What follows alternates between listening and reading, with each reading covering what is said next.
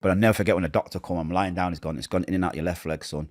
And he's held my penis with two hands and it's gone through the bottom of my penis. So it was like a snap branch and he's gone, you've been shot in your penis. And I've just gone. And I blacked out.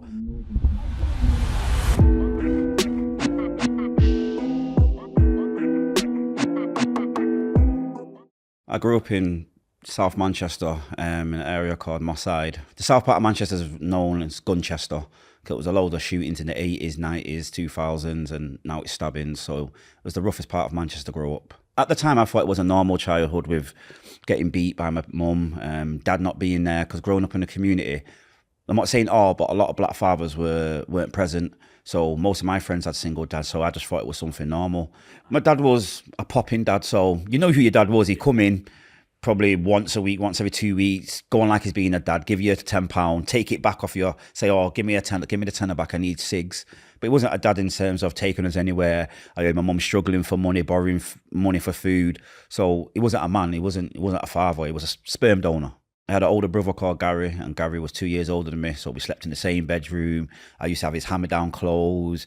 I remember the bike, the Wildcat bike, where you press the button, it made noise. I had his hand-me-down bike, but Gary was my best friend. He was like my brother, my dad, my soulmate. We did everything together. I was a class clown. I used to get beat by my mum for it, and I'm talking proper beat. I'm talking with Hoover pieces. I'm talking with curtain wires. I'm talking with metal pot spoons. It was one of them, when you hear the drawer open, and if you know about when the metal clanks together, obviously you know it's the metal. So when the drawer opened and I didn't hear the metal, I knew it was the wood. That was all right. I could take the wooden stick. But as I got a bit older, about 5, 6, I noticed my mum treated me different than my brother Gary. In sense, like, no matter what happened, I was always the one who started something. I remember being 6 and I was infatuated with fire. So I got the little packet of Swan matches, I lit it, and I just used to burn the paper. I wouldn't burn the grass. As soon as it got down to my fingers, I'd let it. I don't know what it was, I just loved fire. So one morning, my infinite wisdom, I'm 6, I can remember it clearly. I've got my white fronts on. I've come downstairs and I've lit a piece of paper, but I threw it in the drawer because it was burning down quick, and obviously loads of smoke come. Smoke detector came off. My mum come running downstairs swearing and shouting, and she grabbed my hand, struck a match and started burning my hand, but holding me, and I'm pulling back screaming as a kid. So I'm trying to pull away. It probably lasts for 4 seconds, but to me as a kid it felt like eternity. And when she let go, obviously I've dropped back, I've ran upstairs screaming, crying, and I've had a big blister. And my brother Gary, all I remember is putting my hand under the cold water. She didn't take me to hospital, didn't take me to the doctors, didn't even say sorry. And I felt bad for Gary because he's a mum's boy. He's like the firstborn son she's got. So he's got that bond with my mum, but he's seen how my mum was treating me. So he was stuck between his little brother and his mum. So anytime anything happened to me, I'd run to Gary, and Gary would make me feel just protected, just loved. But it would just be things like, if something happened and it was me and Gary, both of us were doing it, I'd get, I know it's you little shit. And when she meets people, he's like his dad, these are like me. But you see your dad abuse your mum, batter your mum, take money off your mum. And all my life, like to the age 11, all you hear is, you're like your dad. That does something to a kid. You think, wow, am I really this nasty piece of crap? Like, that did affect me when I got older and I got in relationships. You know, you think you're hard to love, but you're not. That's just your mum. But I really brought that into my life, like I'm hard to love. If anything didn't go my way, or no one didn't agree with me, oh, they must not love me. That's because the things she did to me.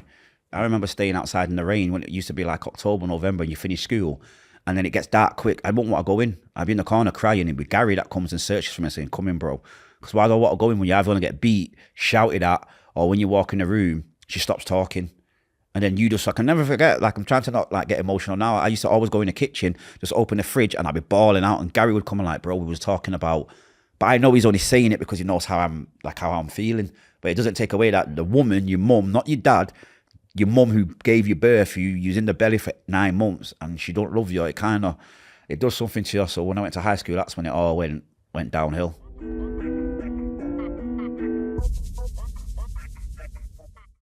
So Gary was from the age of, say, 8, 9, he started passing drugs between my dad and my uncle, and that's facts. I say that all the time, that's facts. And Gary told me, I never forget when he told me, when we was a bit older in life, and we were drug dealers and everything, and we was smoking a spliff and we're chilling, I never forget him say, I never had a chance, bro. Dad used to give me a big bag, a quick save bag, and obviously one time he looked in it and said he remembers his nose getting funny, feeling funny, because he said it looked like sand.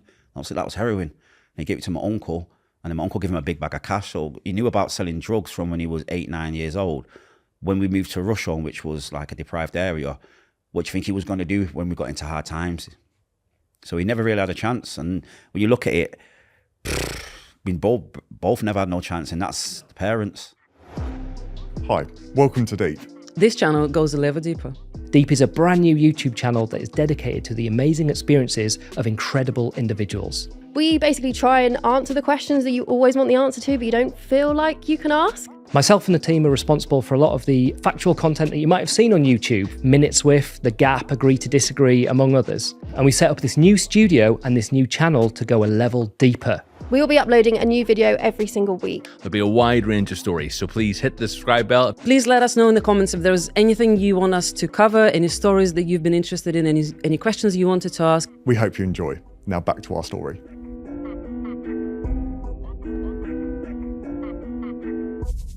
As a young kid, I'm making money. I'm bullying kids, never coming in. Because when you're going into school, and even though, you're selling weed, you start smoking weed, so people think you make a lot of money. No, it's a perception.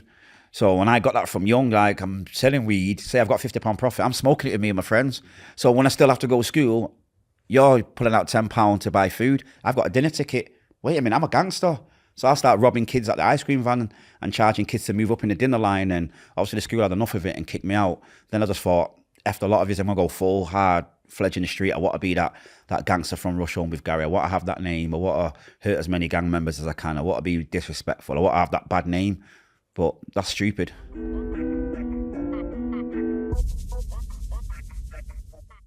I ended up getting arrested at 15, and that was an eye-opener. That first night you go there and that door shuts, like, hey, I'm not getting out till the next morning. What do you mean? I mean, there wasn't no tellies in the 90s. When I went in 1999, there was no tellies. You had to get a radio with batteries. So the first time I went in a shower, and I'm there just showering, and a guy comes in butt naked with his private swing, and I'm like, what part of the game's this? Like, I wanted to say put your boxes on, but it was a big kid. And showering with people, in a cell with someone, having the toilet in my cell, like, you couldn't smoke, having to do lines out the window, just the food was disgusting. Like, yeah, that opened my eyes. My first time in jail, it was not. And I remember being in my cell, probably the second, third night, and just wasn't scared, but how can I put it? The emotions just came where I had to let it out in tears because the door shut. I want to smash the door. What do you mean I can't go and see my brother? What do you mean I can't come out of this cell from 5 till the next morning? For someone who loves life, if you've got ambitions, you've got dreams, jail is boring and it's just repetitive, it's just long. Then you got to run into your enemies and just pray to God you don't get outnumbered. You're not on a wing where there's 4 of them and 1 of you. I've seen people get hot water and sugar through in the face. That is not a nice face. When they scream and you see the skin coming off when they're pulling it because the sugar's stuck to them, that sound of a snooker ball and a sock over someone's head is not nice. Jail, men get raped in jail. It's just that if you get raped and you don't want to press charges, then you're never going to hear about it in the paper. But you can't go on like you're a gangster after you've been raped. You can't ever have a say. So yeah, jail is not the place. It's disgusting. Like I said, it's 1,000 men. It's ball bags and bum cheeks. I don't like to smell that or see that.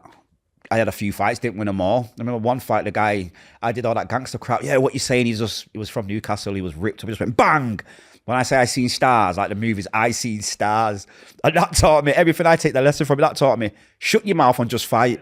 Don't be talking.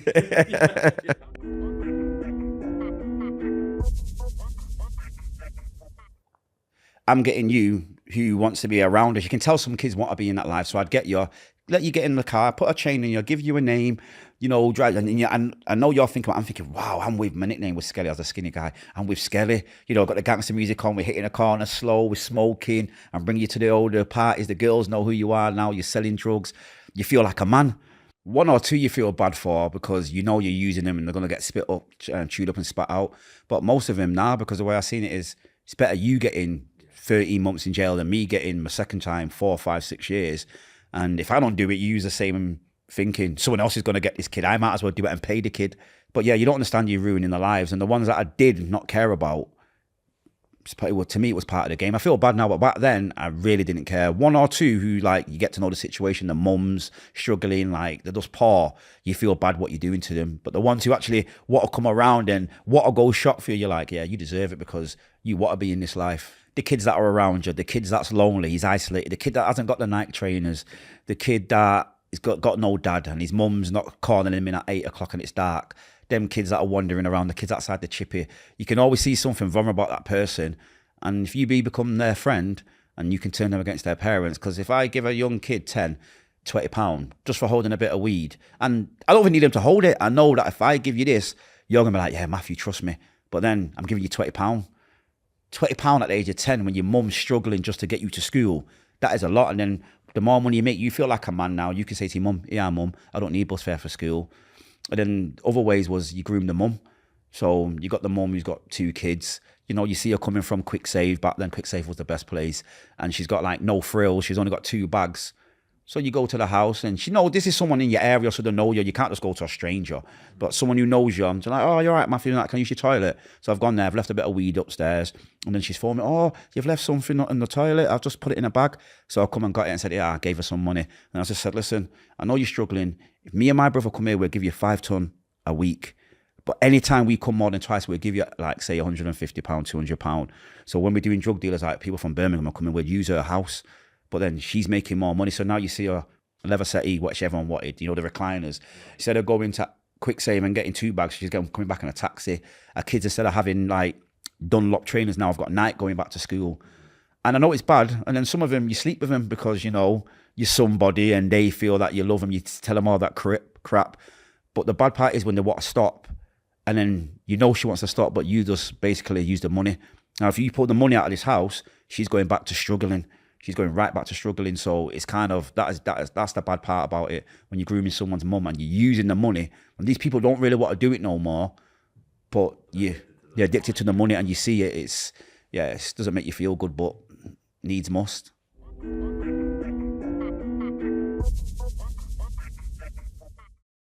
So County Lines is taking a kid from, say, Manchester to Preston or Blackpool. It's going across county lines. And it gets sold that, yeah, you're just going to chill in this house, you give you weed, you give you food, you're just going to sell the drugs. But the reality of it is the kid's going to get taken from where he knows is familiar and safe. He's going to take it to another county, another city. He's going to get put in a drug addict's house. And these drug addicts look like death warmed up, most of them. You know, I've seen where drug addicts have tried to shoot in the groin. I've seen where they've missed veins and blood have come out. I've seen it stinks. People are cooking up people are cooking up crack in the kitchen. Prostitutes come upstairs and you can see them coming upstairs with the punt on. You can hear the sex and some of them getting beaten. Like, you got the drug addicts smoking crack and smoking heroin. You know, you've got crack and cling film in your teeth, in your gums. And after a while, the cling film gets weak because of your saliva.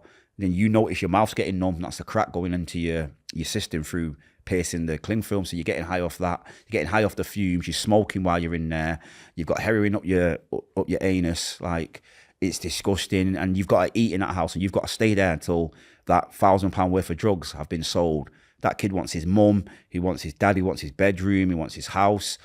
But he's not going to go there because he's been tricked by people like how I used to be, to thinking that this is the way to make money and this is what you do for the gang or whatever lie you're telling him. But when you actually see that kid after a week, 2 weeks, they look skinny, they look dark, they're scared, they don't want to go back. The mum's worried. And remember, it wasn't like now where it was safeguarding for kids and everything. There was no safeguarding. If the mum didn't go to the police, which they wouldn't because they're scared, you've got full control of the kid.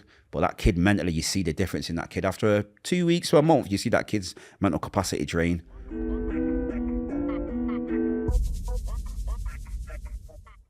I went to jail the second time. I got 4.5 years for drug dealing again. I did 2 years, 3 months. And when I got out, I went to war with Dodderton again. And I took my little brother and his friend, JJ, was, I think, 19. His friend was 16. We got on mountain bikes and we used to ride our bikes with no hands and the guns already out like that, both hands just riding like that, looking down the streets. And that was Gary's idea. Gary was militant. I said, why are we doing that? It's like, so if we see man, we've already got it. We can start shooting. They've got to take it out of their waist, which is a few seconds. I've gone to my side to shoot these because we knew where Dodderton boys chill, obviously. It backfired. We had a 45 or the 44. We only had like 4 shots in it. It was a revolver, holds 6. So we got into a shootout and I didn't see the guy pull out a Mac 10 machine gun. And then in that moment when he pulled it out, that's when I prayed to God and said, God, if this kid's going to shoot me, please let him shoot me in my lower body. He lowered it and then let off all 30 shots. chased me down again, got into another shooting, got to my son's granddad's house. My brother's come, we drive into the hospital. We see the paramedics and the police outside the car. So I jump out, I'm hobbling. They throw me on the ground, the battered Gary, the battered Nathan. And then I'm like to them, never forget. And the police admitted it because the police guy now I work with him, he went, I remember getting that call on the radio and we laughed. And when we got there, so I'm like, call the ambulance back, because the ambulance drove off. He's like, we've got to wait for the arm response. The nearest arm response is in Cheshire. That's 45 minutes you got to wait. Probably been bleeding like 45 minutes already. And I'm in and out of consciousness. He goes, we don't care if you die. The people that you've shot and your brother's murdered and the kids that lives you've messed up, we don't care if you die. I started laughing and turned around and like carried on this conversation. And I remember thinking, wow, you're police, you pay to care. I'm a criminal, I ain't supposed to care. And then when I woke up in the hospital, I'm handcuffed, I've got the gas and air on, and the doctor's gone, it's gone in and out your left thigh. So I'm arguing with this doctor, this young doctor, saying, well, my whole body feels funny. And he's like, oh, that's your body because you've been shot, rare. So I'm proper arguing with him, and the arm response, I'll never forget, just banged me in the side of my mouth, like, shut your mouth. So obviously, look at him, you see all of him, like 5'6", built like brick houses. You think, yeah, shut your mouth, Matthew, they've all got guns. But I'll never forget when the doctor come, I'm lying down, it's gone in and out your left leg, son.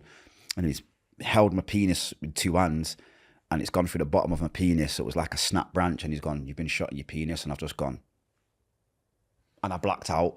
Like when I seen it mangled, I blacked out. And then the next morning I woke up, and then I'm like, what's that bag? I've never seen a catheter bag. So I'm like, where's that tube going? What's that coming out? Oh, because my tube, it was weeing for me. So I was like, oh, that means that. And all I'm thinking is, if I cannot have sex, I don't care about having kids because I've got 3 of them at this point, but if I can't have sex as a man, because I swear this is my dumb thinking, I'm thinking, right, so if I can't have sex and I've not got a penis, but I've not got a vagina, what am I? That's what went through my head in the hospital bed. I was so angry. I was like, what am I? And then the doctor come and it's gone, yeah, it went in your left leg, went through your penis, it's gone through your right testicle, and it's in your right leg. So I was like, so how many bullets? He went, just one. So I was like, you sure? He went, yeah. And then Gary's come in, and Gary wouldn't look at me. He just walked straight to the window, and you can see her turn. He's like, you all right, bro? And I'm like, yeah, it's part of the game. He's like, we've got to get man back for shooting you. I'm like, bro, it's part of the game. Look what we've did. Yeah, I'm in a hospital bed, and I said, if we don't get man, someone's family member has to get got, because if I can't have kids. And he's like, bro, it is what it is. Because Gary felt like it's his fault because I looked up to him like a dad. So he's like, bro, I'm gonna get some sleep. Then when I went downstairs to have a cigarette with the nurse, the guy that shot me, I'm not going to say his name, his little brother was in hospital. So I've seen him, and I phoned my brother's come, and then the police moved me wards, and then the Donington boys tried to come again. Gary shot up the car. We tried to come through rush home. Gary shot the car up. Got off with it. My little brother got arrested for possession of a firearm with intent to danger life. Police kicked me out of hospital. I'm in a wheelchair for months. I'm on crutches, still running a gang. And yeah, from that day, I weren't playing games. I wanted to shoot anybody that I thought you were a threat. I weren't even asking who you are. I'm just pulling my gun out and shooting.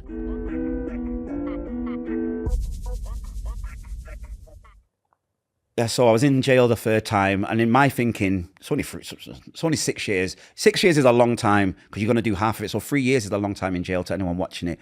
But when you've been in jail for your third time, you think, I've did 9 months, I've did 2.5 years. So basically, 2 years, 3 months. Another 9 months on this one is not very long when people are doing life and everything.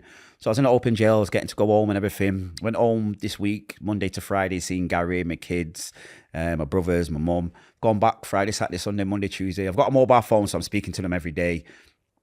Wednesday morning, the 27th of July, I remember waking up, got my roll up, got my coffee, and I'm sitting there thinking, 27 days, I'm going home again for 5 days. And this inmate come running over. Now, this inmate talks verbal diarrhea. He lies. He would tell you his name's Nathan and then tell me his name's James. Like, he just lies for no reason.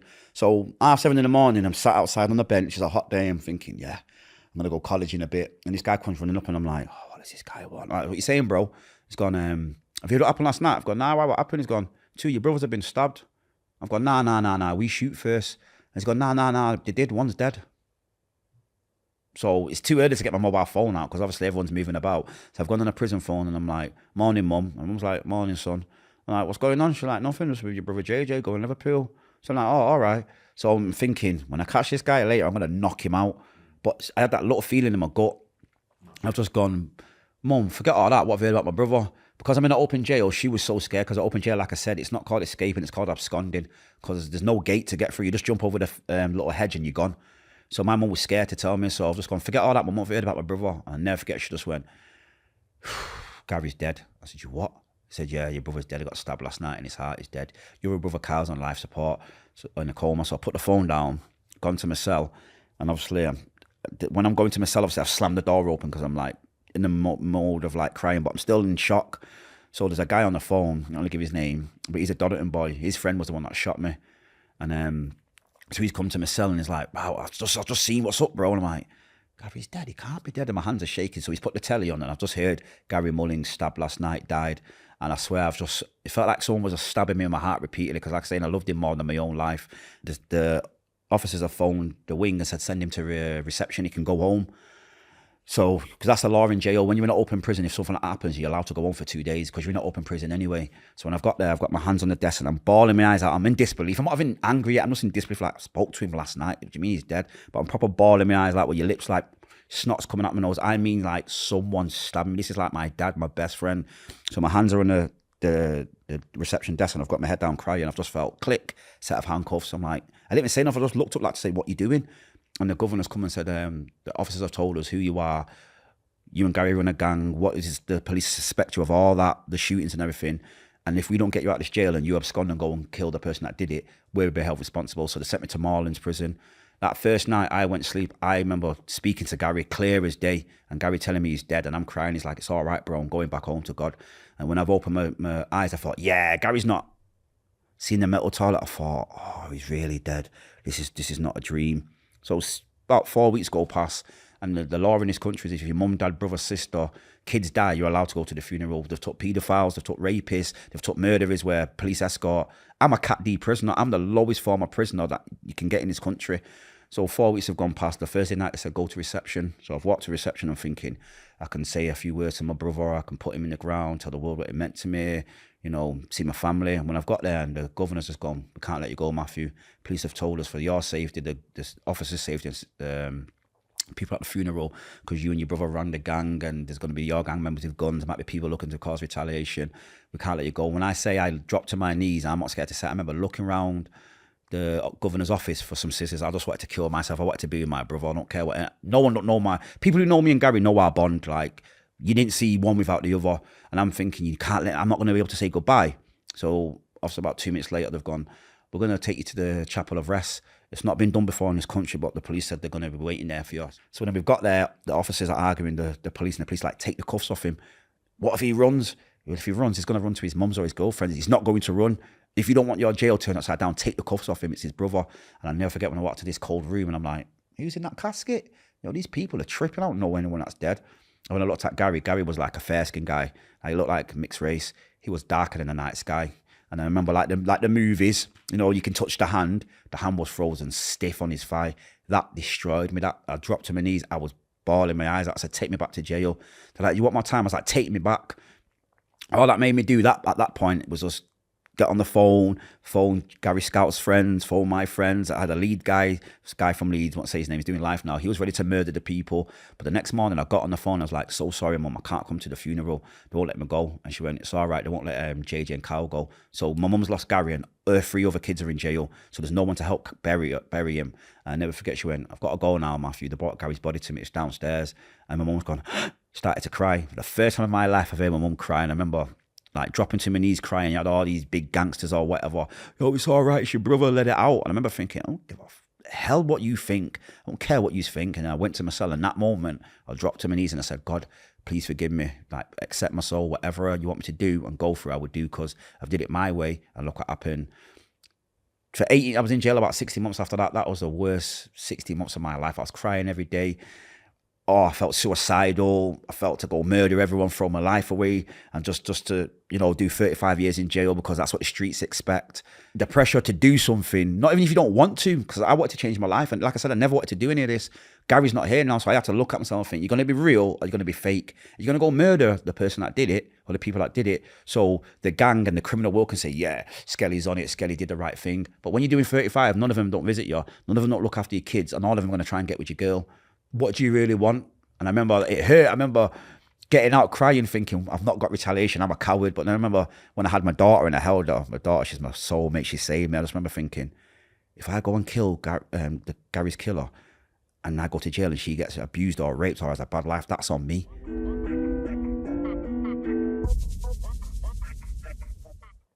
So Gary, I'm 2 brothers and my friend who's like a brother, he's passed away now, God rest his soul, Nathan Walters.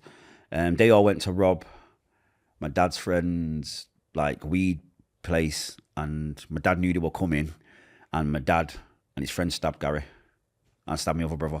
Being at the first, it was, I want to kill him. I was telling him, don't come near me, I'll blow your head off, you took my brother. Then I look at it the other way. Like I said, Gary killed somebody, God rest his soul. Gary killed him in July 2001. Gary died July 2011. Karma. And that's the truth. Like, Gary killed someone, so how can I kill my dad's friend for Gary and JJ and my brother Kyle going to do something bad in that house? He's protecting his family. Now, my dad, yeah, but I'm spiritual, so how'd you kill your parents and tell God at the end of it? Well, I leave that to God, because I'd overkill him. Like, you took Gary was my soulmate, my right-hand man. So I would have done some evil things to him. So the best thing for me is to be honest, and like, you lived a life. Not everything went out the way it planned. Gary killed someone, and Gary, like, karma came to Gary 10 years later to this kind of the same week he killed the guy. And I just had to look and think, the guy, not my dad, the guy whose house it was, he's protecting his family. My daughter, I live by myself, my daughter stays with me. I promise you, if I'm getting up in the night and see someone in my flat uninvited, I will kill that person where they stand. You're not getting past me to get to my daughter. So how can I have that view but be mad at the guy for doing that? It's his house, they're in his house, and they were ballied up with a gun. They weren't there to say hello. And it hurts. So you got to be honest. If you want to change, you've got to be honest. My brother was a good-hearted guy. I loved him. He was a good dad, a good brother, but he did bad things. And when you did bad things, it doesn't always go the way it goes. And it's hard because people ask me, do I wish it didn't happen? Selfish reasons sometimes, yeah, but in the whole, no, because of what I've had this life. Me and Gary were going to kill at least 3-4 people. Police already know the plan, but Gary's passed away. I changed my life. We would have got away with killing 3 people. We would have went to jail at some point. That's 39 years. So God took the most important out of the brothers, and now all my mum's sons have got legal jobs. All of us go travel. All of us are great dads.